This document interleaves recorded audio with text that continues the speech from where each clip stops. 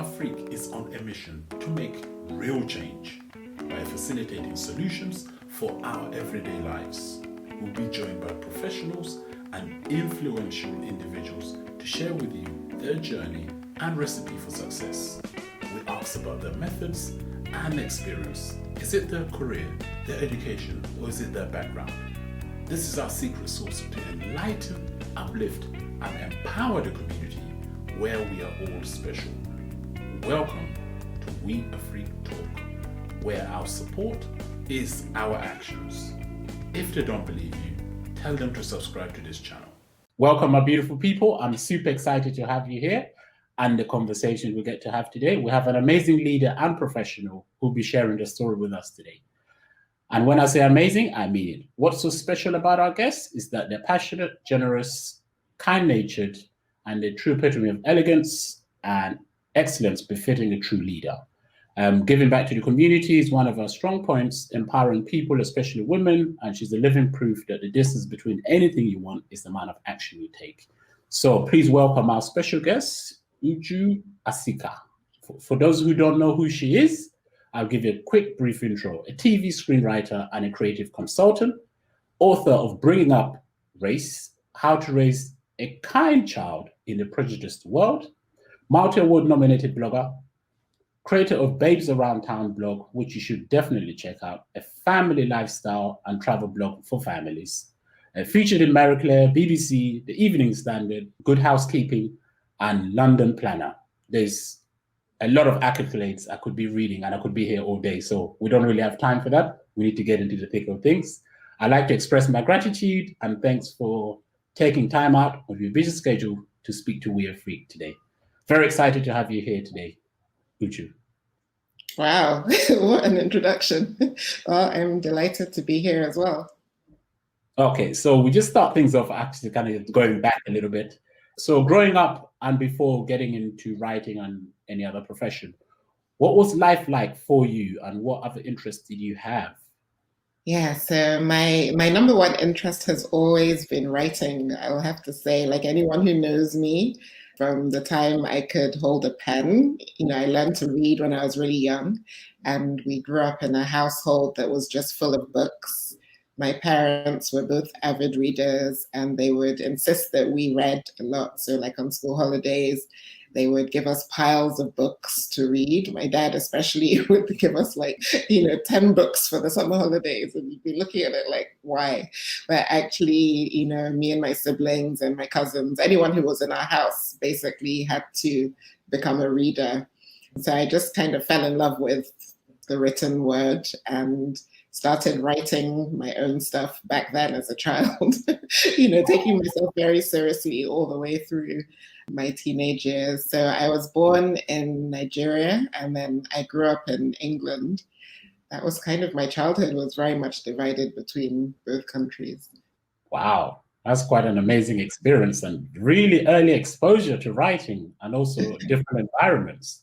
Yes, absolutely. I mean, that completely informed, I guess, not just, the way I relate to the world and the way I relate to other people, but the things that I write about. I've always been interested in writing about cultural issues and societal issues, but also just creativity. I'm obsessed with the arts and with anyone doing anything creative. It just fascinates me. That's amazing. We'll go into your book a little bit later, but sometimes when I read how people put books together, I'm just thinking, how do they think? That kind of mindset and the thinking is really quite intriguing. How did your writing career start? Well, I would say it officially began when even before I left university. So I submitted some poems to an anthology and they got selected for the anthology. So that was my first kind of taste of being called a writer outside of my own head and outside of my own bedroom. Where people were like, oh, wow, you write. And I had stuff in publication to prove it. And then after I graduated, I studied English at university.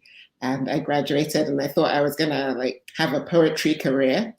My parents were like, that's not really gonna be working. So you need to be doing something actually useful. And so that's how I got into journalism. I did internship work. Well, I actually worked at the Independent for a couple of weeks just as like an editorial assistant. And then I started working in the Black press. So there was a paper called the Weekly Journal, and they were like the broadsheet arm of The Voice, which is still, I think, Britain's biggest Black newspaper.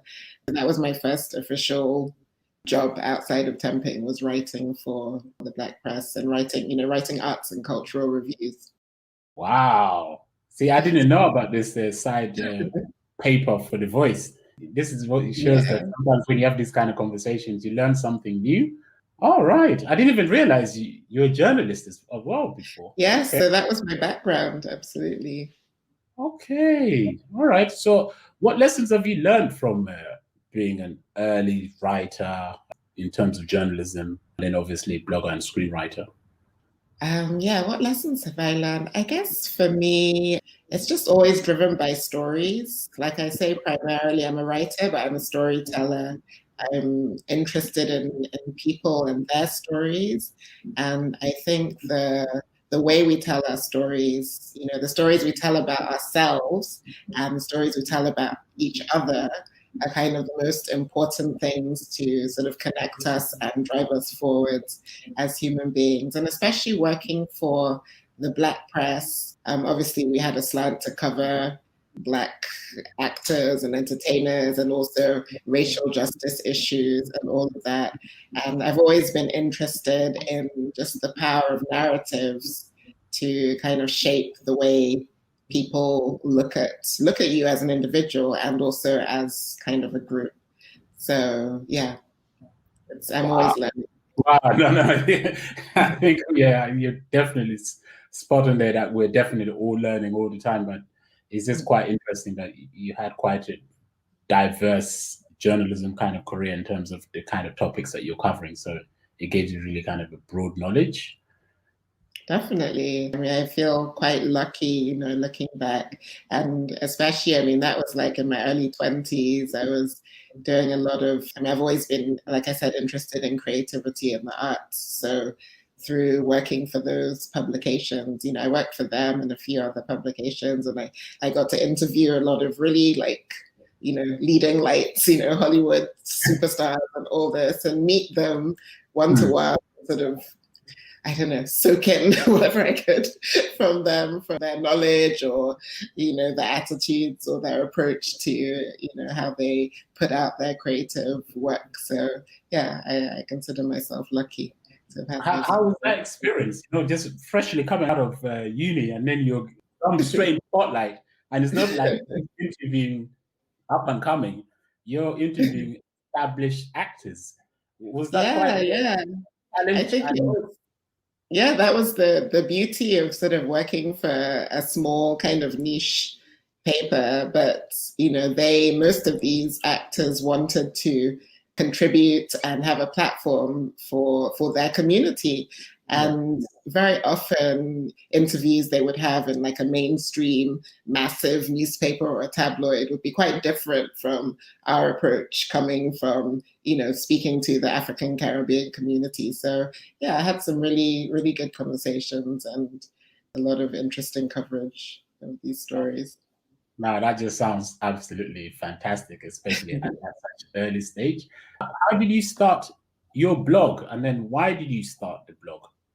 Yeah, so the blog, I had the idea for the blog about 4 years before I started it. So when I had my first child, by then I had been living in the States. Then I moved back to Nigeria, which is where I got together with the man who would become my husband. And, then we got married. I was pregnant when I came back to the UK. And so I'd been sort of all over the place. I didn't really have like a network around me when I came back to London because my friends were kind of, half of them were in Lagos, half of them were in New York. So it was just, and also not many of the people that I knew actually had a baby. So I felt quite isolated and a bit confused as to what I could actually do now that I had a child. I was like, okay, I have this baby. Can I what can I do now? Can I go to a restaurant like with my child? Will I ever go to the theater again? These kinds of questions. So the idea for Babes About Town was really like me wondering, wouldn't it be great if there was some kind of website that told people you can do these things even if you have kids? You know, you can still have a cultural life, especially in a city like London, which has so much to offer. But then I didn't really do anything about it until I had my youngest. And just before he turned 1, I thought, you know what, I just have to launch this now. So that's what I did.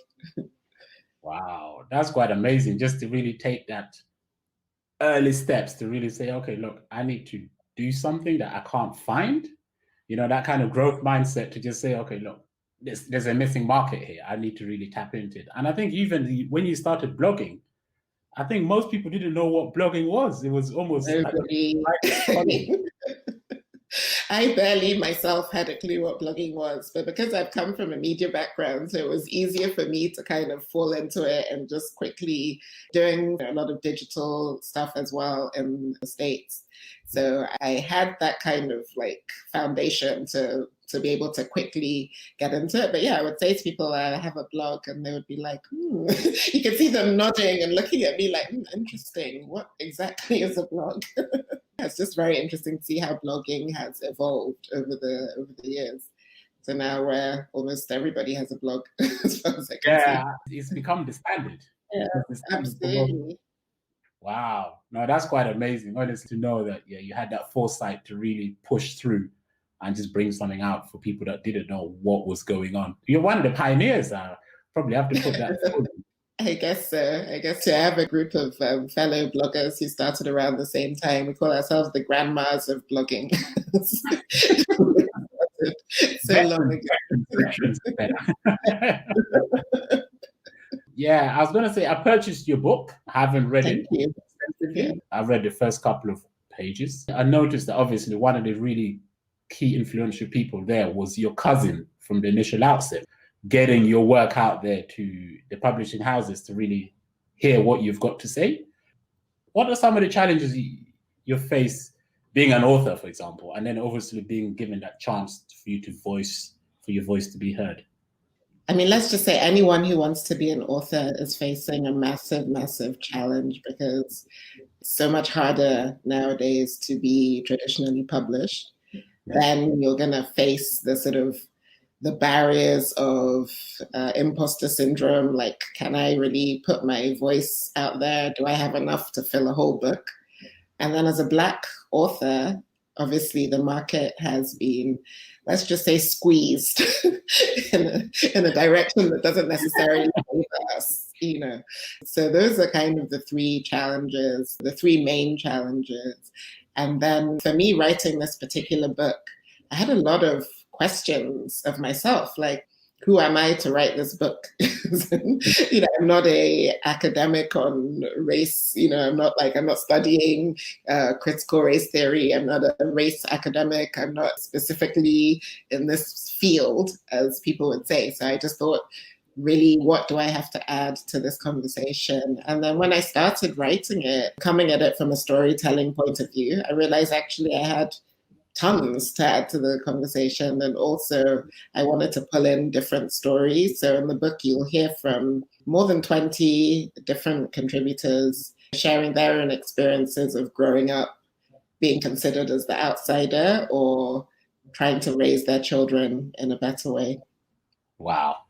Yeah, amazing story, actually. Just realizing that you've drawn on also your kind of personal experience, but also you've drawn on other people's experience to give it that whole validity for people to really see that, okay, it's not just my point of view, it's also another point of view of other people that have experienced these type of issues. Yeah, I'm looking forward to actually reading the rest of it. By writing this book, you obviously challenged people and families to really have meaningful discussions with their children about race, ethnicity, and the challenging environment they grow up in. What was your drive, mindset, and what kind of message did you want people to really take away from it? The mindset and the message and the mission are all kind of driven by the same belief that if we don't start connecting and having open conversations on the things that matter, specifically our humanity, then we will fall apart as a species. I mean, it's literally as simple as that. There's all this conversation around climate justice, for instance, and how it's a huge threat to our civilization and future of the planet. But you cannot have a conversation about climate justice without a conversation about racial justice. And you cannot have a conversation about racial justice without including the voices of everybody who is concerned, which one of the things my book tries to do is to tell white parents that a lot of white people grow up thinking when you say race, they think, oh, that's a black thing. You say racism, they think, oh, those black people over there. It's like, actually, no, this is about you and the conversations you need to be having with your children and the way you need to examine your own personal biases so that you can evolve and so that you can raise children who are open and who are conscious and who are naturally inclusive and who aren't afraid of difference and who aren't afraid to hold themselves accountable. It's really about having those important conversations and making changes and doing this as an ongoing thing. It's not like, oh, I've read this book, so now I've done my bit. It's like, no, I'm going to constantly be learning and constantly challenging myself and constantly trying to have transformations that are helpful for myself, but for everybody around me as well. You definitely hit the nail on the head in terms of really having those meaningful discussions at all levels, even just with the kids and the parents, and just finding resolutions and way forwards and the paths and constantly always adapting to the situation. Also, that's the other key element here, that we're always learning every day. And we always got to listen from the different perspectives to really get an overview of everything, rather than just thinking, okay, as you said, it's only for the Black people or for the African people. No, it's not. It's for everybody. As I said, I'm looking forward to reading more of it. We'll put the descriptions of your book down in the descriptions below. And yeah, please do go and purchase it. It's worthwhile. I mean, in some places, it's less than a coffee that you people would buy from from your coffee shop. So there should really be no excuse for people not to purchase the book.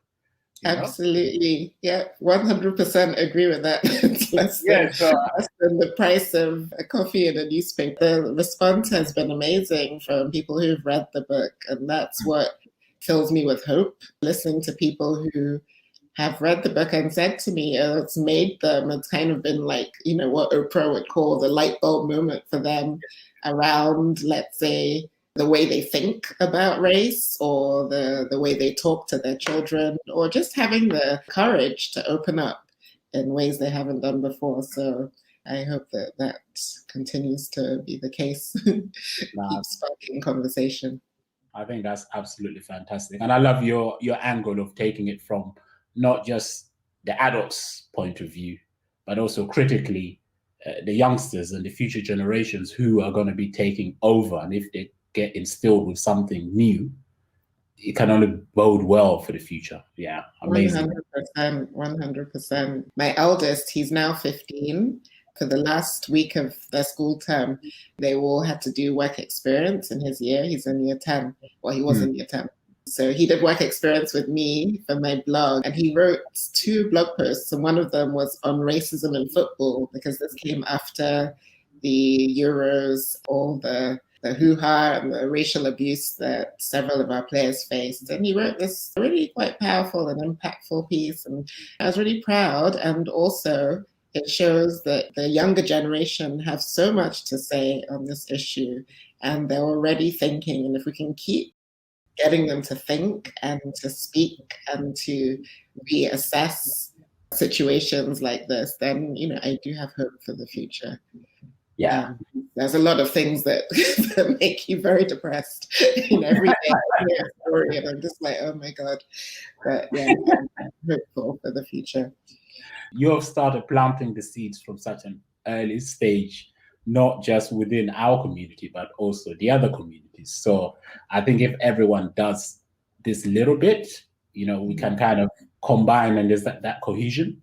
There's a bigger wave that will come through in terms of positivity, just change of mindset, the whole works. So What difference do you hope to make to the people in the UK, Nigeria, and Africa through the work you're doing, not just as a screenwriter, but some of your journalist background that you had, the blogging, your website, Babes About Town, and Mothers and Shakers, and your book? It's hard to put it into one pithy sentence because I guess I write so many different things and come at it from so many different angles. But I think for me, it's just all about connection, helping people feel connected, helping people feel like they belong and that they have a voice and that they can create an impact. So, when we started Mothers and Shakers, it's really about empowering mothers and business owners trying to reach families. It's about empowering them digitally and making them feel like they have a connection with their audience. And then the stories that I tell, whether they're factual stories or whether they're stories about people in my head, which is generally for TV dramas and all that, it's all about feeling connected, the same way that I feel we felt connected during the pandemic when all we had was Netflix to keep us going. And we watch the same Netflix shows and we talk about them and we feel like we have a bond, we have a link. So I think it's really about that, maintaining those connections, strengthening them and using them to do something meaningful. That's really a key component. I think with most humans, that's one of the key things that tends to be missing, that people don't really know how to have just a normal conversation. Everything is driven by the media, for example. It's such a big influence that it has on people that people really forget to be normal. Yeah. I think that's the normality. And one of the other key components that comes out of this is the lack of empathy. A lot of people don't really have this anymore. It almost has been systematically driven out of people. I tend to find, but maybe that's just my opinionated view, but that's what I tend to see.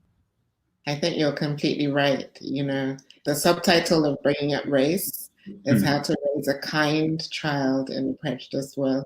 Word kindness, very often it's been used so much as if it's almost lost its meaning, but it really is about empathy. It's about being able to connect at a deeper level, at almost a soul level, but in a very simple way. Like you said, there's so much of media which is just telling us what to think.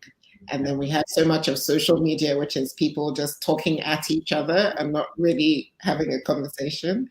And I think there are still a lot of spaces within media, within social media, but outside as well, just in real life, where we can just be normal, have a chat.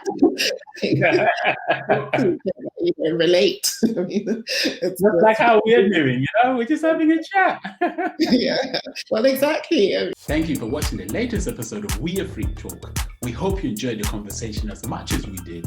Be part of the WeAfric family, subscribe and share.